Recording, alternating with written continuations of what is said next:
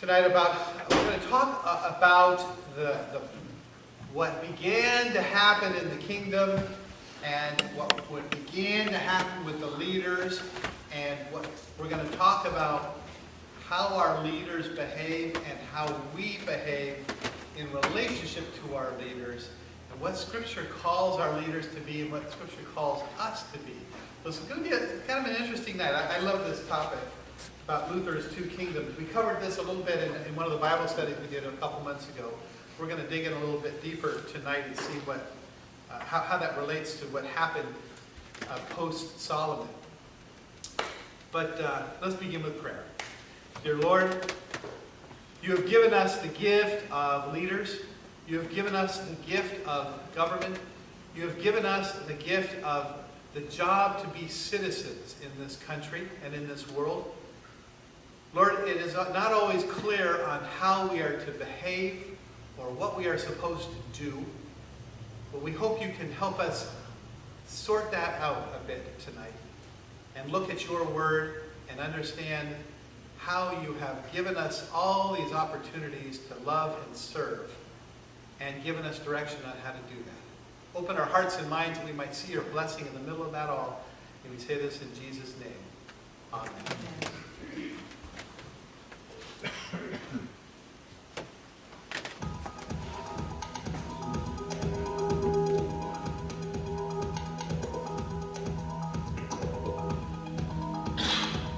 At the end of King Solomon's reign over Israel, God told a man named Jeroboam that he would become king over all but one of the tribes of Israel.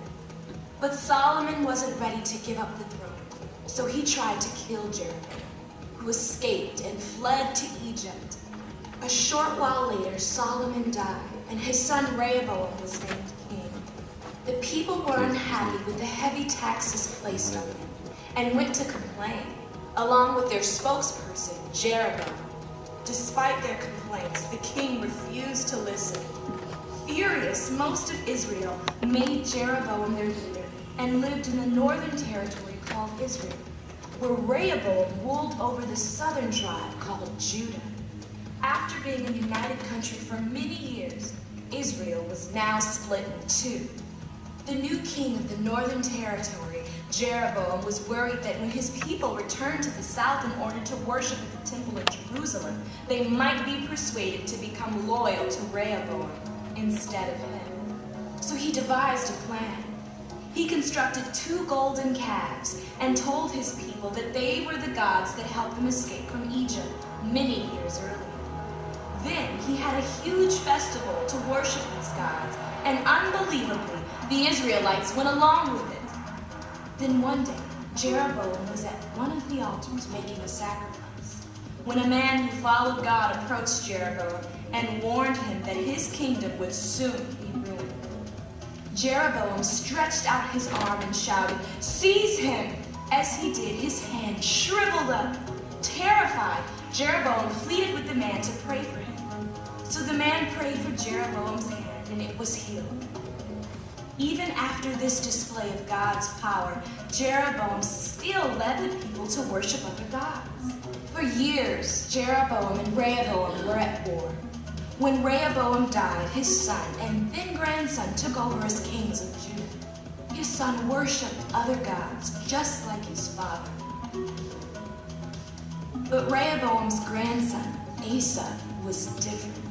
Asa got rid of the idols and was fully committed to following God. The northern kingdom of Israel continued to be led by a series of wicked men, none of whom followed God. One of these kings was Ahab, who did more evil in the eyes of God than any king before him. Perhaps worst of all, Ahab married Jezebel, a woman from a foreign country who convinced him and almost all of Israel to worship a foreign god named Baal. Because of this, God would need to send a messenger to set things straight.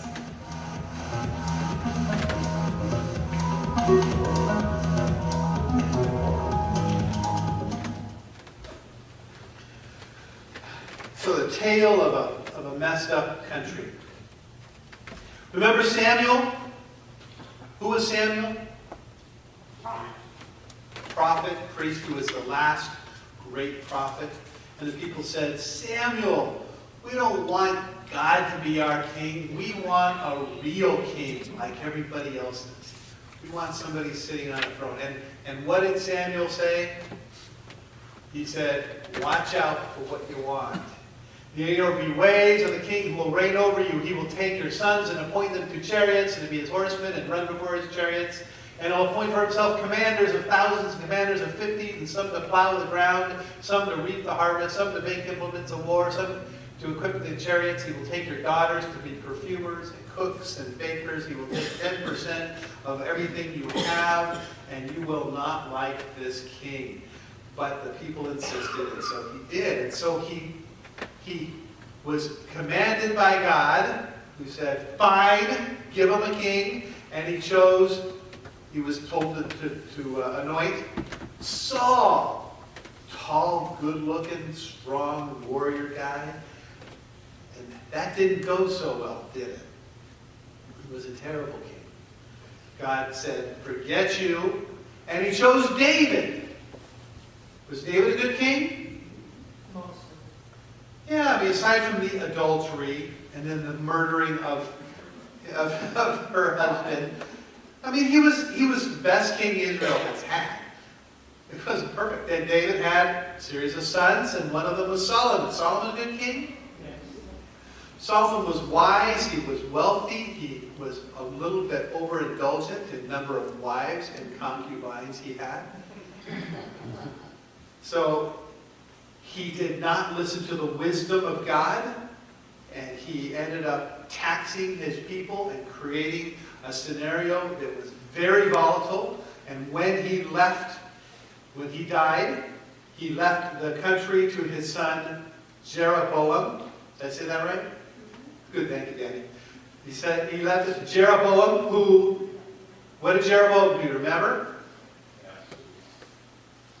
Asked his friends how he should be a leader, and his friends said, just beat the snot out of him. And he took their advice. Jeroboam was a terrible leader, and that's 33 to 38 kings were known for their evil natures. So this king thing didn't work out so well for Israel. And the people, they responded. Now, when you have a terrible king, and everybody knows he's terrible, and he's doing clearly terrible stuff, what's our duty? What do we do about that? Turn back to God. What do we do that as citizens? Was it? Rebel. Good, there you go. Spoken like the true child of the 60s you are. Rebel. Okay, so we go forward to Paul. And what Paul says in the book of Romans, chapter 13, you've probably all heard this, let every person, including Kent, every person be subject to the governing authorities, for there's no authority except from God, and those that exist have been instituted by God. Therefore, whoever resists the authorities resists what God has appointed, and those who resist will incur judgment.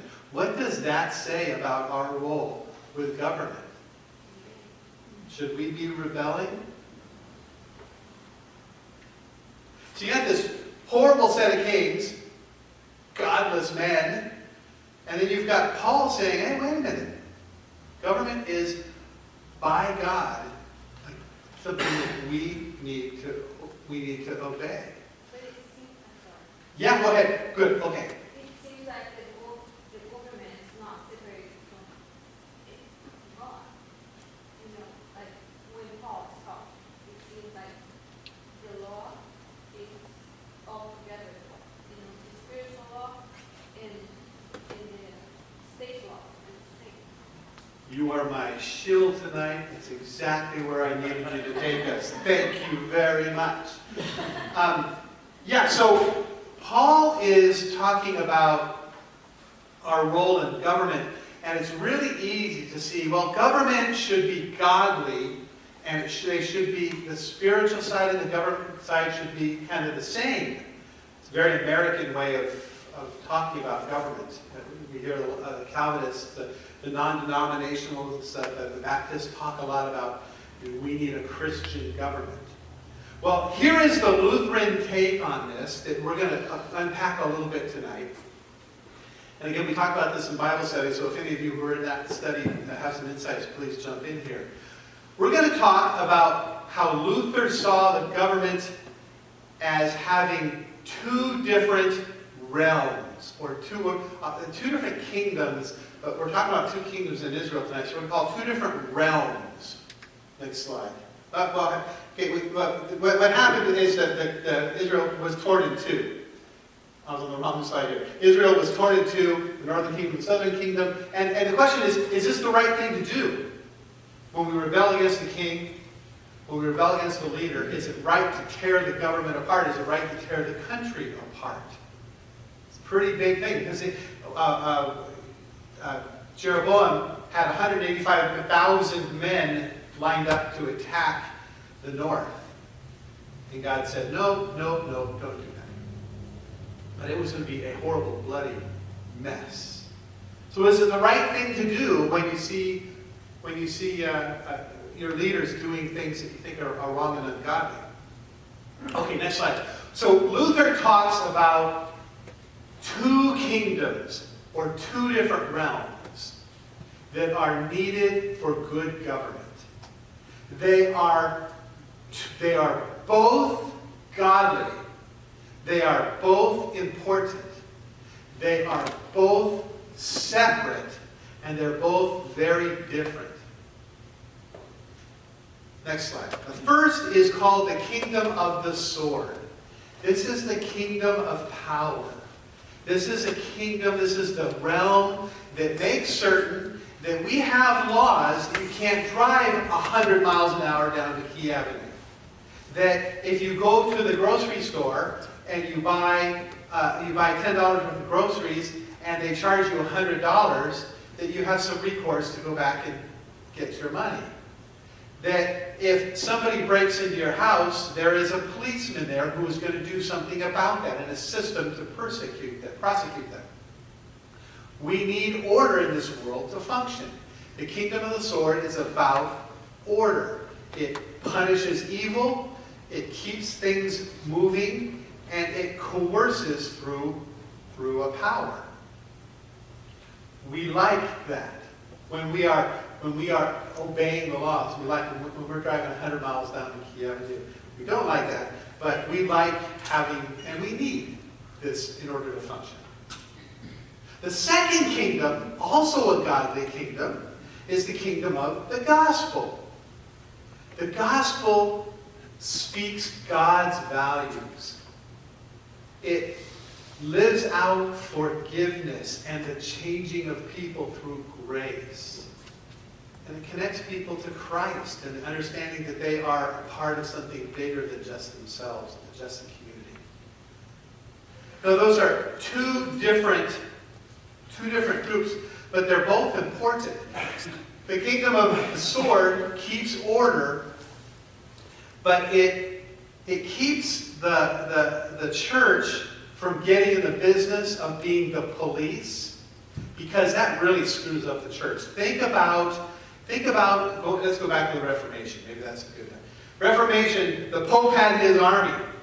And the army said, you are Catholic. And if you're not Catholic, we're gonna cut you in half. You are going, here are the Puritans. You're going to go to church on Sunday. And if you don't go to church on Sunday, we're going to kick you out of town. We're going to make your life miserable. So the kingdom of the sword is not the kingdom of the church. The church cannot have that sword where they become law-driven and not compassionate. At the same time, the kingdom of the gospel, it keeps the government from creating the values. Or maybe keeps corporations. That's maybe a little easier to see. Do you want corporations to tell us and enforce for us the values of the land? Because corporations are about making money, right? If everything's about making money, people get crushed in that. When the government comes in and says, okay, let's have a vote here of our people. Let's have all the people with brown hair. We're gonna double tax them. Is that good? Everybody agree? Okay, good. You've got brown hair. We're gonna double tax you because we all voted for it. We're the government. We think that's good. And that's our value. So, no. See, the church's job is to come at the government and say, hey, wait a minute. That's not fair. That's not just. We're going to challenge you. It's the job of the government with a sword to say, church, it is not your job to be making laws. Get out of our backyard. They both bless us, but they must be separate. When they come together, it can get really ugly. Does that make sense? This is not easy stuff, and it's not really clean cut either. We'll talk a little bit about that. But it is important for us as Christians to understand the difference between the two realms and how they complement each other. And are they both godly, or is one more godly than the other?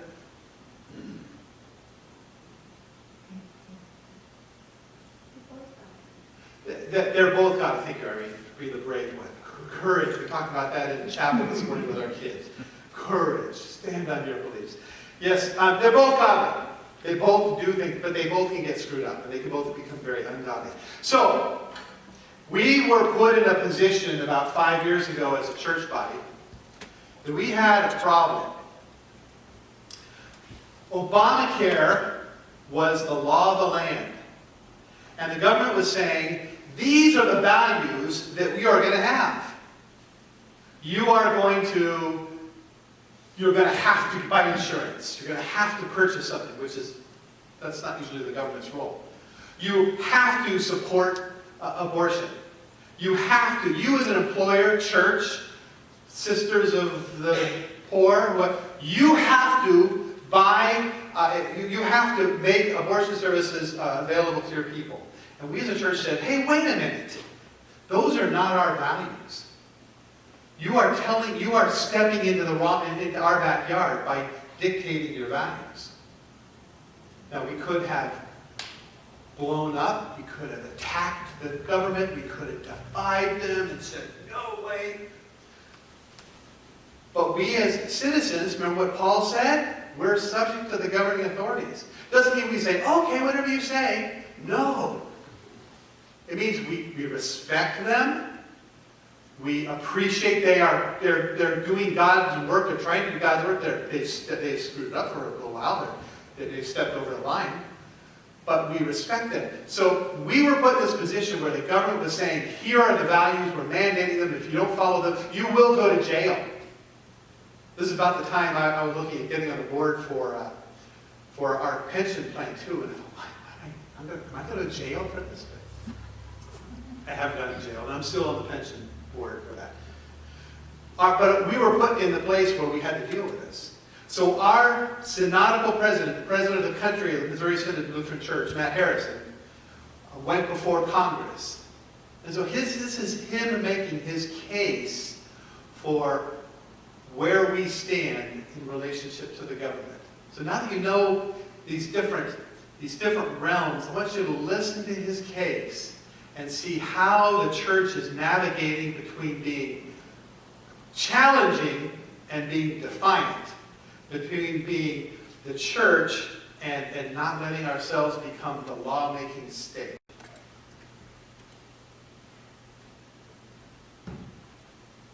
I will note for the record that witnesses swore or affirmed, depending upon their faith. And with that, we go to Reverend Harrison.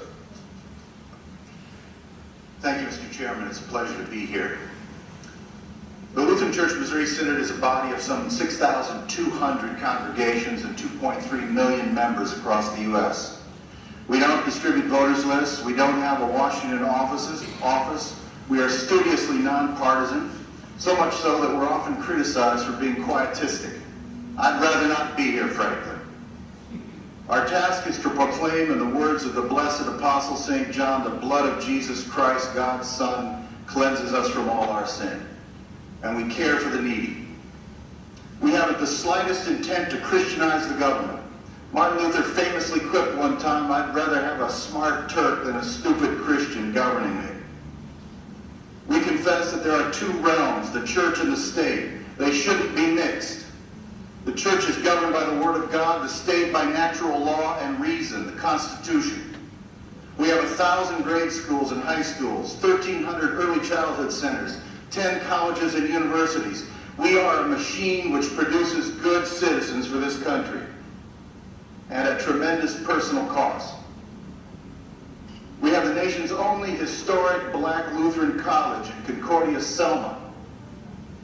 Many of our people were alive today and walked with Dr. King 50 years ago on the march from Selma to Montgomery. We put up the first $1 million and have continued to provide finance for the Nehemiah Project in New York, as it has continued over the years to provide home ownership for thousands of families, many of them headed by single women.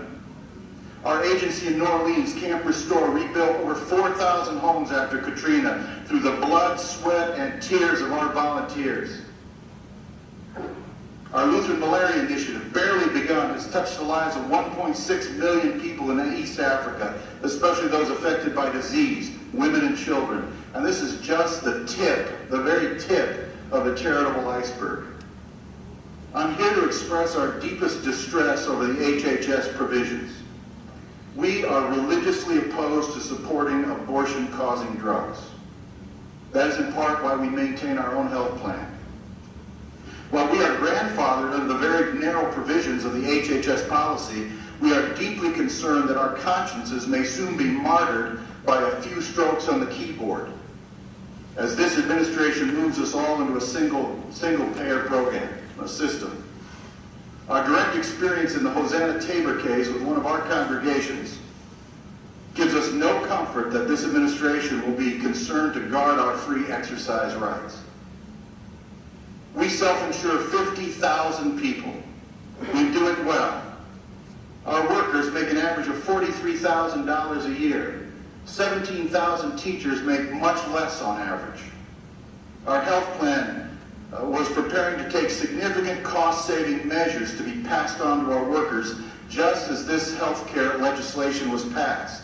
We elected not to make those changes, incurred great cost, lest we fall out of the narrow provisions of the required for the grandfather clause. While we are opposed in principle not to all forms of birth control, but only abortion-causing drugs, we stand with our friends in the Catholic Church and all Christian or non-Christian under the free exercise and conscience provisions of the U.S. Constitution. Religious people determine what violates their consciences, not the federal government. The conscience is a sacred thing. Our church exists because overzealous governments in Northern Europe made decisions which trampled the religious convictions of our forebears. I have ancestors who served in the Revolutionary War. I have ancestors who were on the Lewis and Clark expedition. I have ancestors who served in the War of 1812, who fought for the North in the Civil War. My 88-year-old father-in-law has recounted to me in tears many times the horrors of the Battle of the Bulge. In fact, Bud Day, the most highly decorated veteran alive, is a member of the Lutheran Church Missouri Synod. We fought for a free conscience in this country, and we won't give it up without a fight. To paraphrase Martin Luther, the heart and conscience has room only for God, not for God and the federal government.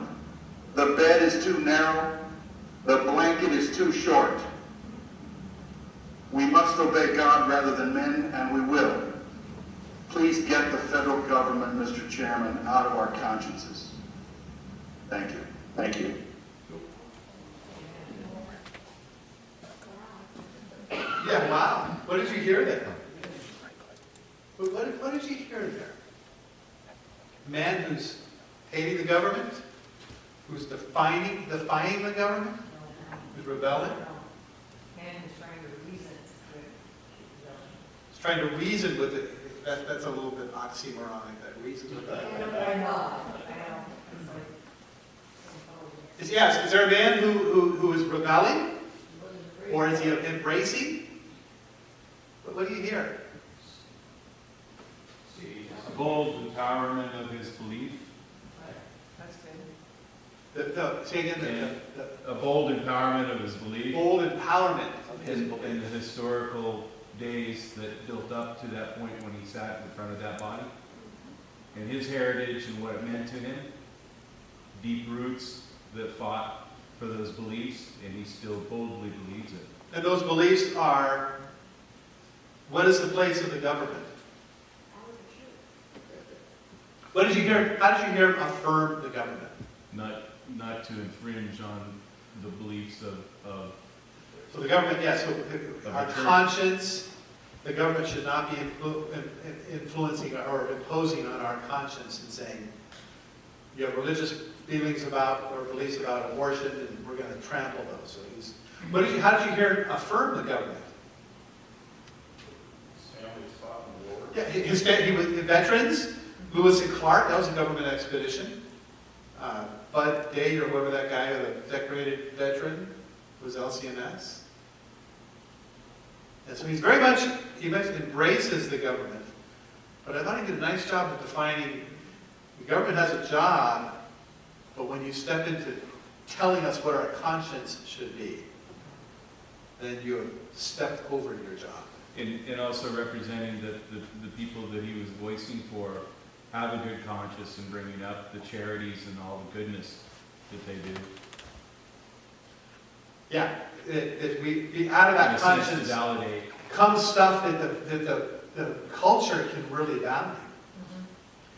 This goes on. This was about a 45-minute video, and he gets into some collegial discussions with. I think there's a Catholic representative of the Catholic Church and a representative of the Presbyterian or Methodist. They're all kind of talking about how they're all on the same. It's really interesting. They're all on the same side, and eventually somebody stands up and makes a bold statement, and the other two say, "Yeah, I'm going to go to jail with him." If the government had pushed this thing and said, "Your leadership," because they were saying, "Your leadership will go to jail if they do not comply with this, and we will charge you some horrible, like $100,000 a day for every day that you don't comply." What would we have done? Paid the money? I think there would have been an uprising. What's that? I think there would have been an uprising.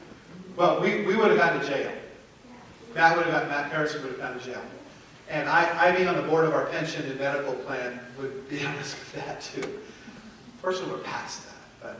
But we would have, see, the thing that happens here when you say the church is the conscience and the government is the keeper of the peace. When the government says, no, we are the conscience as well, and the church says no, you have two choices. You can either rebel and break Paul's word, which is sinful, or you can comply and say, "Fine, put me in jail, shoot me, fine me," which is really what we are called to do.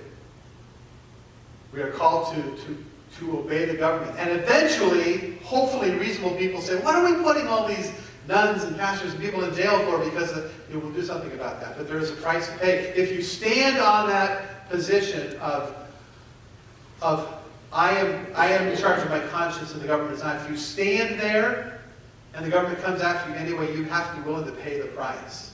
And rebellion is, you got to be really, rebellion is probably not it. Because rebellion, it costs. I mean, look at you could debate this on America. America we rebelled against Britain.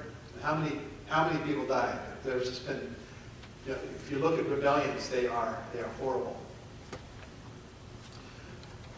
So we would have gone to jail. So first slide there. One before, there we go. It is okay to protest. It is okay for the church to vehemently, and I think Pastor Matt, or President Matt, pretty clearly, vehemently protested That's fine.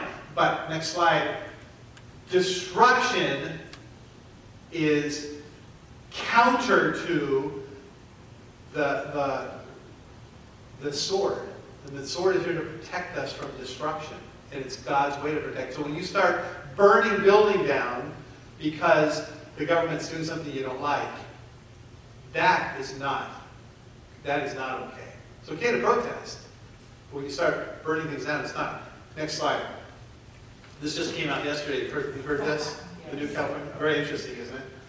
It is okay to talk about unwinding the political systems we have, and to have petitions and have discussions, have very powerful gatherings about why we should split California into 1 or 5 or 7 states or whatever the talk of the day is. That's fine, and we ought to be doing that as citizens that are knowledgeable and trying to mete out justice and fairness and reasonableness. So that kind of conversation is fine. The next one, though, you know, I mean, this is also very controversial, but you know, the Civil War was about people who had a fundamentally different view of the world and had different values and had different economic values. You know, the North was going after the South's big treasure, their slaves, which were the most valuable thing by far they had. And so this war was about a lot of things, economics included. But it was a war that was about rebelling against the system and tearing it apart instead of working through it. So there's a case to be made for both here. But I think we have to be really careful when we start stepping into that. Last slide. When the government, that is the government of the sword, the kingdom of the sword, the realm of the gospel, when they point towards God, they're doing their job. When they point towards man, they're not. And both of them can point towards man. What is an instance of the kingdom of the gospel? What is an instance of the church pointing towards man and not God? Anybody think of one?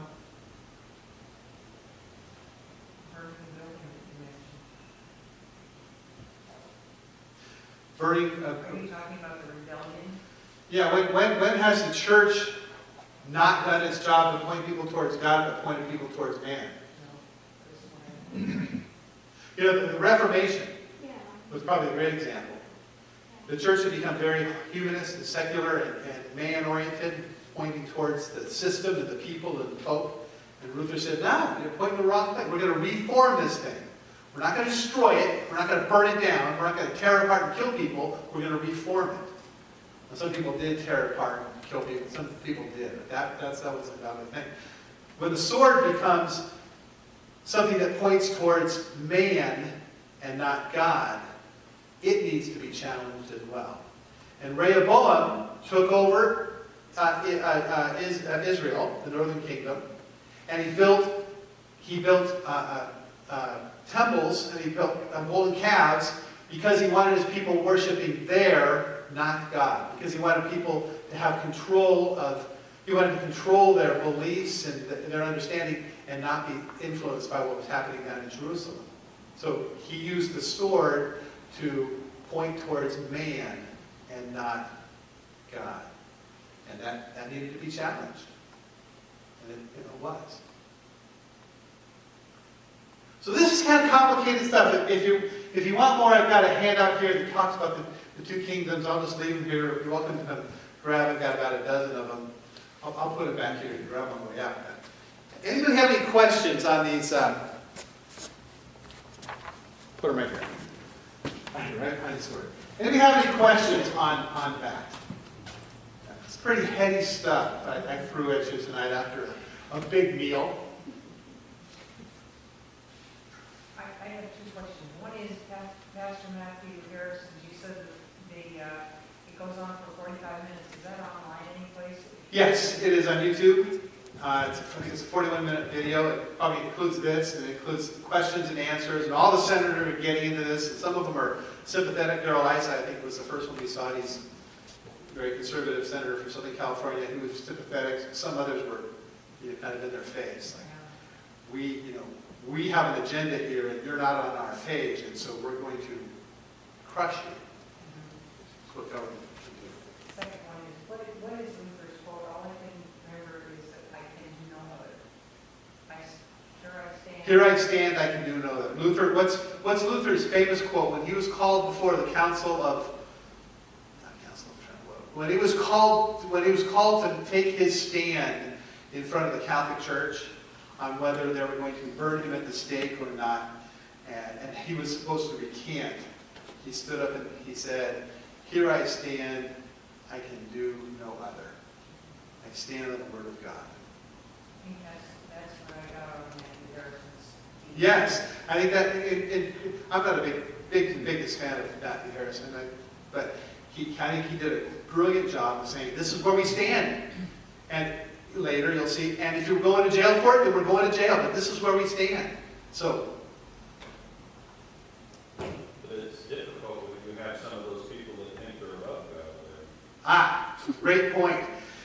This is the problem with tyranny. This is really difficult, just to Ken's point. There are people who say that they stand above God. Well, when our leaders are submissive to God, we know where their limitations are, and we can criticize them when they are not standing with God. But when leaders are above God or have no God, and Kim Jong-un for Korea is a great example because he is a God in every sense of the word. In his own mind. In his own mind and in the mind of his people. He has no authority. So how can you criticize somebody who is their ultimate authority? You can't. You can say nothing to criticize him because there is nothing better, there is nothing more powerful than they are. And they are above criticism. This is the very dangerous thing we're stepping into as we become a more secular country. George. Well, we said the people done like in Germany, the Lutheran and the Christians in Germany, when all that business was going on, and they were killing the Jews. And I mean, at what point what do you do? Do you just stand with the Jews and go to the gas chambers, or isn't there some point where you load your gun and say no more? Yeah, so, okay, so what do we do when Hitler's killing your neighbors and their neighbors are Jews and that's unjust? Okay, now, we begin to get into a very difficult discussion because it's not always real clear. But Jesus said, love your neighbor as yourself. And so when your neighbor is being persecuted, it's our job to take care of our neighbor. So there's an argument there for, yeah, you go after them.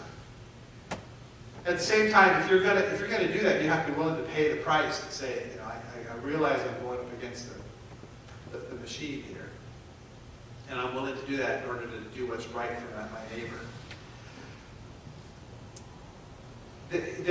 Gandhi talked a lot about this. He talked about he was a pacifist, and he said, we can beat the Germans with pacifism. Well, he probably was right, but they would have killed another 100 bazillion people before people said, hey, maybe we really shouldn't do this. So, I don't think he listened to Gandhi. yeah, we didn't listen to Gandhi. No, I mean, Hitler didn't listen to Gandhi. And, no, Hitler did not listen to Gandhi. I think the church lost its way as well in Germany as well. I think one of the things about the Second World War Germany is the mass hysteria that happened there, though. It was a mass hysteria, and it created an environment where there were good people in Germany. I mean, Oskar Schindler. There was the guy that was putting the postcards out there. There's a lot of positive people in Germany against Hitler, but not enough of. In the end, I think the illustration, a couple of you have heard me use it. The illustration of one of my seminary professors is kind of graphic, but I think it helps. We are sinful people. And you're driving through the desert, you're out in the middle of nowhere, and you see an airplane, a small airplane, flying, and about a mile up, it crashes and explodes. You're out in the middle of nowhere. You're 5 hours from the nearest hospital. And you drive up, and the pilot is covered in flame. and he's in terrible condition. And he reaches out his hand and he says, help me. And you can pick him up and you can put him in your car and you can drive him 3 of the 5 miles before he succumbs. Or you can pull the gun out that you have in your car. You can pull the gun that you keep for protection out and you could shoot him. And put him out of his misery right now. What do? Hand him the gun. Hand him that's an answer I haven't had before. Be quiet. I don't need you to be quiet. It's a horrible scenario. Because if you pick him up and you take him and you let him suffer and you know he's going to die, you're just letting him suffer. I would say when you let people suffer, that's sinful. If you put a gun to his head and shoot him, you are killing him. And that's sinful. See, the choice is not between always being not sinful and sinful. We think that we get to make those choices all the time. The choice is between being sinful and being sinful. Because that's the screwed up world we live in. And all we can do is say, Lord, have mercy on me. I, a miserable sinner, have to make this decision. And that's where we live. And that's why it's different for us, because we are Christians. And God forgives us for all we have to do in this broken world. Okay, we're going to watch 12 minutes of Randy Frazee, and then we'll have 2.5 minutes of questions and answers. This is your story. This is my story. But most of all, this is the greatest story ever told. This is God's story.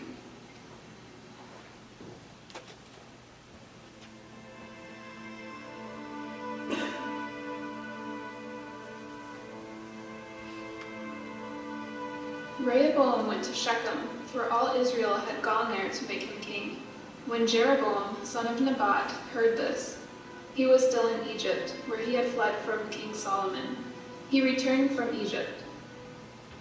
So they sent for Jeroboam, and he and the whole assembly of Israel went to Rehoboam and said to him, Your father put a heavy yoke on us, but now lighten the harsh labor and the heavy yoke he put on us, and we will serve you. Then King Rehoboam consulted the elders who had served his father Solomon during his lifetime. How would you advise me to answer these people? He asked. They replied, If today you will be a servant to these people and serve them and give them a favorable answer, they will always be your servants. But Rehoboam rejected the advice the elders gave him and consulted the young men who had grown up with him and were serving him. He asked them, What is your advice? How should we answer these people who say to me, Lighten the yoke your father put on us? The young men who had grown up with him replied, These people have said to you, Your father put a heavy yoke on us, but make our yoke lighter. Now tell them, My little finger is thicker than my father's waist. My father laid on you a heavy yoke. I will make it even heavier. My father scourged you with whips. I will scourge you with scorpions. When all Israel saw that the king refused to listen to them, they answered the king, What share do we have in David? What part in Jesse's son? To your tents, Israel. Look after your own house, David.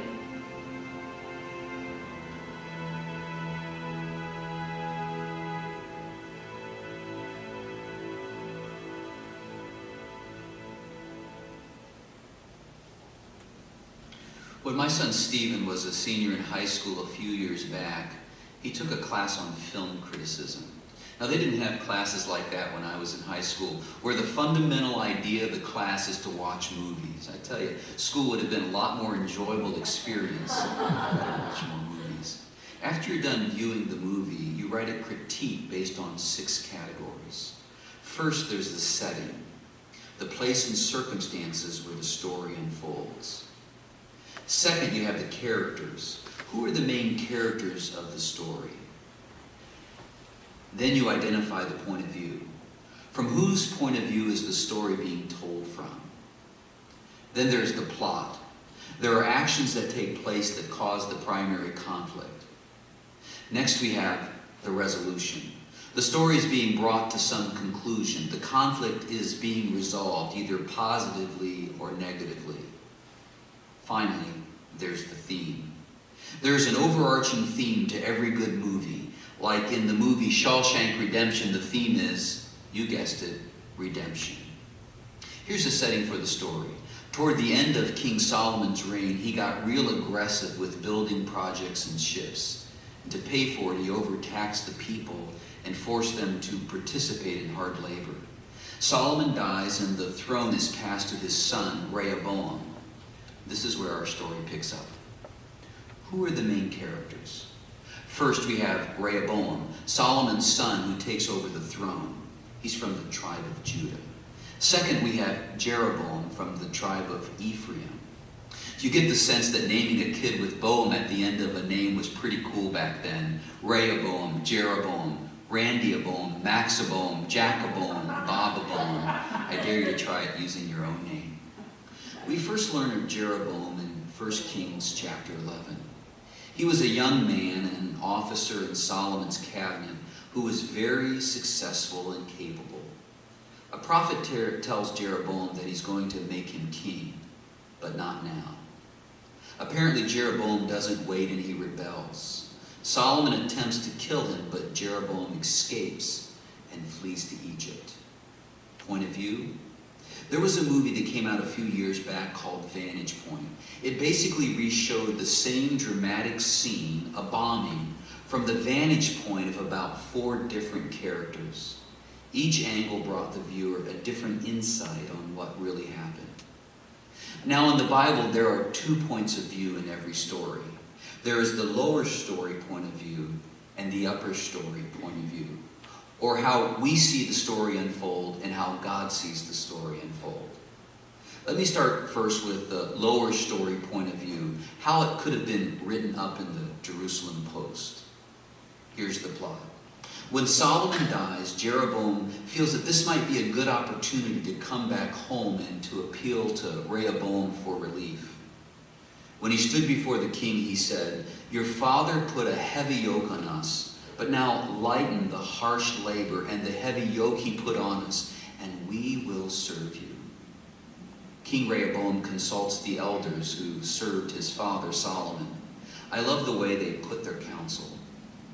"If today you will be a servant to these people and serve them and give them a favorable answer, they will always be your servants."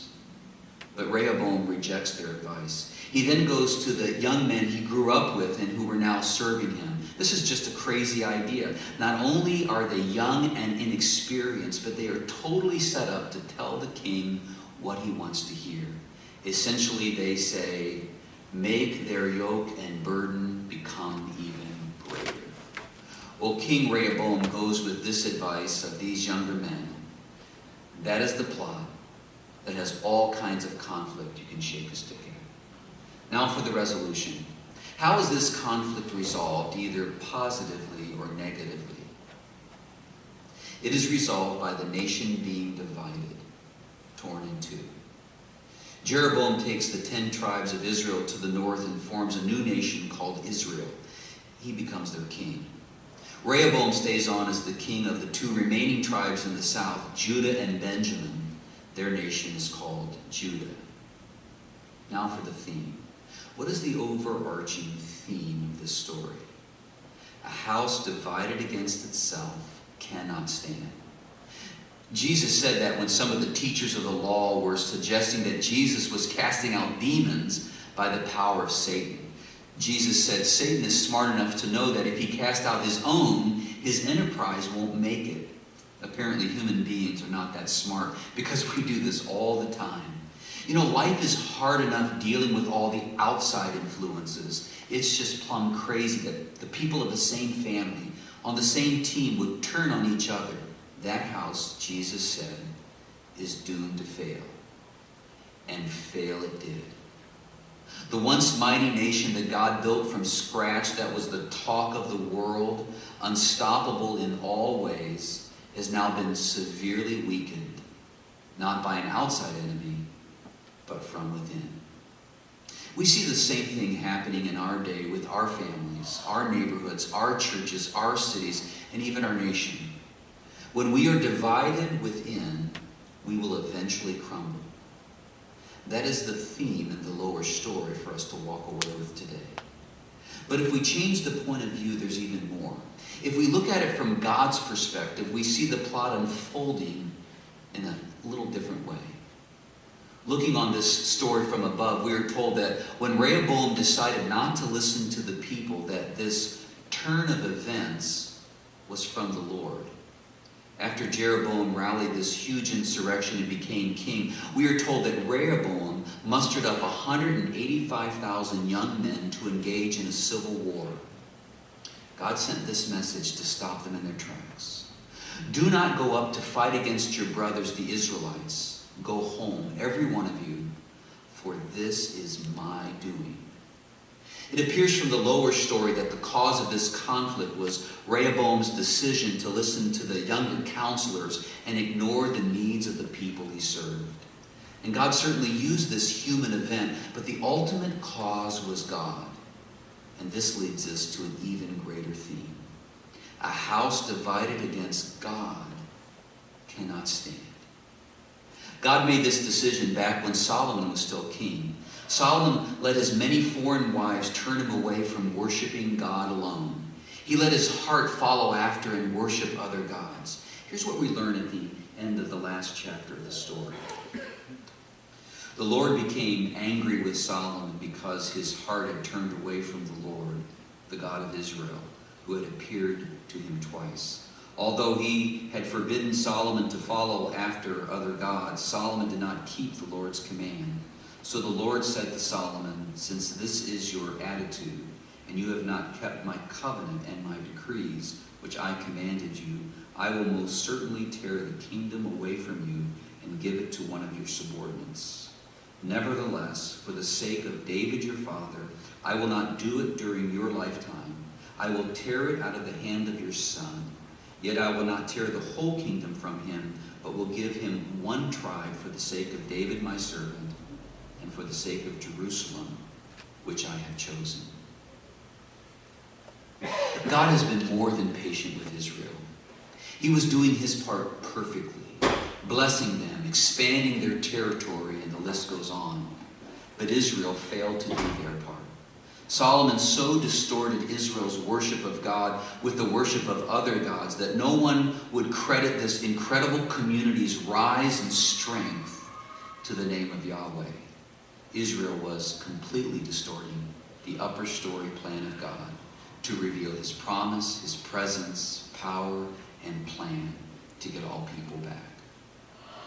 The severe weakening of the nation of Israel into two would make sense to the outsider as they looked at the facts. Whenever Israel was fully devoted to God, they prospered. But when they divided their loyalties with other gods or interests, they were weakened. Now, as the movie comes to a close, we know there's a sequel. Like the famous Lord of the Rings trilogy, we know there is more to the story. But for now, the credits begin to roll. We can get up and head to the car, or we can sit still for a moment and ponder the power of both themes in our own lives. In the lower story, a house divided against itself can't stand. We need to do our part to make sure this is not happening in our home, in our church, or our nation. In the upper story, a house divided against God can't stand. To experience the full blessings of God, to ensure that everything works out for the good in our life, we need to love God above all and align our lives to his upper story plan. Before we get up and throw away the empty bag that once contained popcorn and fish around for our keys and get into our car, we need to whisper this prayer to God. Thank you for your provision over my life. Today I stand fully devoted to you. I don't want to have division in my lower story or with you in the upper story. Give me the strength to make good on that promise. Amen.